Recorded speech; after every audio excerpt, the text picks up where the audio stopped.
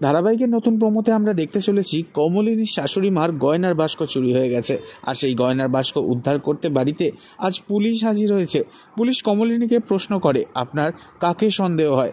তখন কমলিনী বলে, চন্দ্র মুখার্জির নাম। পুলিশ অফিসার বলে, চন্দ্র মুখার্জি তো হলো আপনার স্বামী, তাহলে? তখন কমলিনীর শাশুড়ি মা পুলিশ অফিসারকে বলে, আমি অত শত বুঝি না, আমার গয়নার বাস্ক চাই। এই দৃশ্য দেখে কমলিনীর ননদ কুর্চি, সে বলে ওঠে, এর পিছনে একটা গভীর চক্রান্ত রয়েছে অফিসার। এরপরই একজন কনস্টেবল হাতে করে সেই গয়নার বাস্ক উদ্ধার করে নিয়ে এসে বড়বাবুকে সকলের সামনে দেখিয়ে বলে, নিচের ঘর থেকে এটা পেয়েছি বড়বাবু। সেই গয়নার বাস্ক দেখে তো সবাই চমকে ওঠে।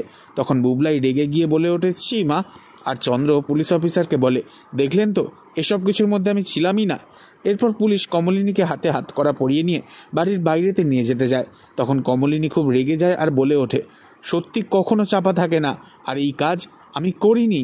ঠিক তখনই বাড়িতে উপস্থিত হয় নতুন কাকু, আর পুলিশ অফিসারদেরকে বলে, আপনারা এনাকে নিয়ে কোথায় যাচ্ছেন? এ কথা শুনে কমলিনী তাকিয়ে থাকে নতুন কাকুর মুখের দিকে। তবে কিভাবে নির্দোষ প্রমাণিত হবে কমলিনী? পরবর্তী আপডেট জানতে অবশ্যই সাবস্ক্রাইব করে রাখবেন। ধন্যবাদ।